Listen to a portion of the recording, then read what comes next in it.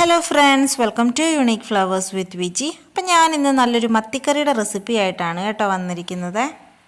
ചോറിൻ്റെയും കപ്പയുടെയൊക്കെ കൂടെ ഈ ഒരു കറി മാത്രം മതിയാകും, അത്രയ്ക്ക് ടേസ്റ്റാണ് ഇതിന്.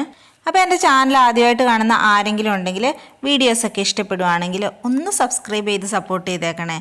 പിന്നെ നിങ്ങളുടെ ഫ്രണ്ട്സിനും ഫാമിലിക്കും ഒക്കെ ഈ വീഡിയോ ഷെയർ ചെയ്ത് കൊടുക്കുകയും ചെയ്യണേ. അപ്പോൾ ഇതെങ്ങനെയാണ് ഉണ്ടാക്കുന്നതെന്ന് പെട്ടെന്ന് നോക്കിയിട്ട് വരാം. അപ്പോൾ ഈ മത്തിക്കറി വെക്കാൻ വേണ്ടിയിട്ട് നമുക്ക് കുറച്ച് സാധനങ്ങളൊന്ന് വഴറ്റിയെടുക്കണം. അതിനായിട്ട് ഒരു ചട്ടി വെച്ചിട്ട് അതിലേക്ക് 1 ടേബിൾ സ്പൂൺ വെളിച്ചെണ്ണ ഒഴിച്ച് കൊടുക്കുന്നുണ്ട്. കൂടെ ഒരു 15 ചെറിയുള്ളി ചെറുതായിട്ടൊന്ന് ചതച്ചതും ഒരു 2 വലിയ ചുള വെളുത്തുള്ളി കൂടി ചേർത്ത് കൊടുത്ത് ഒരു ലൈറ്റ് ബ്രൗൺ കളർ ആവുന്നത് വരെ ഒന്ന് വഴറ്റിയെടുക്കണം. ഇപ്പോൾ ഒരു ലൈറ്റ് ബ്രൗൺ കളറായി വന്നിട്ടുണ്ട്. ഇനി അതിലേക്ക് നമുക്ക് ഒരു മീഡിയം സൈസ് തക്കാളി അരിഞ്ഞ് ചേർക്കാം. അപ്പം നമുക്ക് ഈ തക്കാളിയൊക്കെ നല്ലതുപോലെ ഉടഞ്ഞു വരുന്ന രീതിക്ക് തന്നെ ഒന്ന് വഴറ്റിയെടുക്കണം. എന്നിട്ട് അതിലേക്ക് നമുക്കിനി പൊടികൾ ചേർത്ത് കൊടുക്കാം. ആദ്യം ഞാനൊരു 1.5 ടീസ്പൂൺ മുളക് പൊടി ചേർത്ത് കൊടുക്കുന്നുണ്ട്. നല്ല എരിവുള്ള മുളക് പൊടിയാണ്.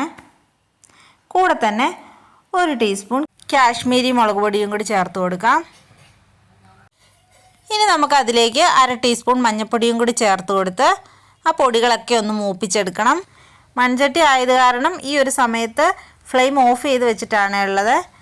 ഈ ഒരു ചൂടിൽ തന്നെ പൊടികളൊക്കെ ഒന്ന് മൂത്ത് വന്നോളും.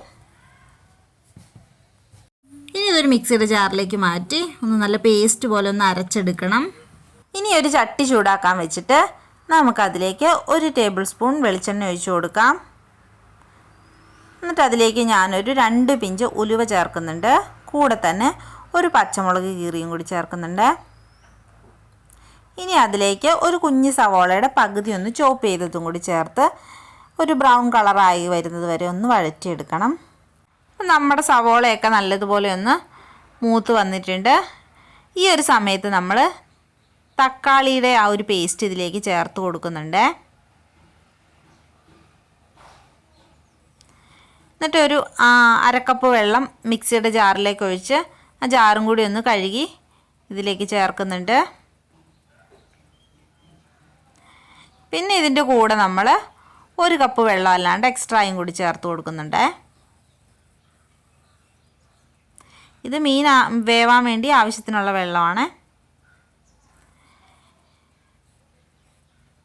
പിന്നെ ഒരു 2 കുടംപുളി ഞാൻ വെള്ളത്തിലിട്ട് വെച്ചിട്ടുണ്ടായിരുന്നു. അതും കൂടി ഒന്ന് ഒഴിച്ചു കൊടുക്കാം. പിന്നെ കുറച്ച് കറിവേപ്പിലയും കൂടി ചേർത്ത് ഇനി ഇത് നല്ലതുപോലെ തന്നെ ഒന്ന് തിളച്ച് വരണം. ഇതിനിടയ്ക്ക് നമുക്ക് ഇതിലേക്ക് ആവശ്യത്തിനുള്ള ഉപ്പും കൂടി ചേർത്ത് കൊടുക്കാം. ഇനി ഉപ്പ് പോരാന്ന് തോന്നുവാണെങ്കിൽ നമുക്ക് വേണമെങ്കിൽ പിന്നീട് ചേർത്ത് കൊടുക്കാം കേട്ടോ. അപ്പം നമ്മുടെ ഗ്രേവിയൊക്കെ ഒന്ന് തിളച്ച് വന്നിട്ടുണ്ട്. ഈ ഒരു സമയത്ത് നമുക്ക് കഴുകി വൃത്തിയാക്കി വെച്ചിരിക്കുന്ന മത്തി ഇട്ട് കൊടുക്കാവേ. ഒരു 200 ഗ്രാം മത്തി ഉണ്ടാവും. അത് മുഴുവനായിട്ട് അങ്ങ് ഇട്ട് കൊടുക്കാം. എന്നിട്ടൊന്ന് ഇളക്കി കൊടുക്കാം. മീൻ വെന്തതിന് ശേഷം തവിയിട്ട് ഇളക്കാൻ പാടില്ല. ഇപ്പം നമ്മുടെ ചാറൊക്കെ ഒന്ന് വെന്ത് കുറുകിയിട്ടുണ്ട്. ഇനി നമുക്കതിലേക്ക് ഒരു 4 അല്ലി വെളുത്തുള്ളി ഒന്ന് ചതച്ചത് ചേർത്ത് കൊടുക്കാം. എന്നിട്ട് ഈ വെളുത്തുള്ളിയും കൂടി അതിലേക്ക് കിടന്നൊന്ന് തിളയ്ക്കണേ. അപ്പം നമ്മുടെ മത്തിക്കറിയൊക്കെ ഇവിടെ വെന്ത് വന്നിട്ടുണ്ട്. അപ്പം അടിപൊളി ടേസ്റ്റിലുള്ളൊരു മത്തിക്കറി ഇവിടെ റെഡി ആയിട്ടുണ്ട്. എല്ലാവരും ഇതൊന്ന് ട്രൈ ചെയ്ത് നോക്കണം. തിക്കായിട്ടുള്ള ഗ്രേവിയിലുള്ളൊരു മത്തിക്കറിയാണ് കേട്ടോ ഇത്. അപ്പം വീണ്ടും നല്ലൊരു വീഡിയോ ആയിട്ട് കാണാം. Thank you.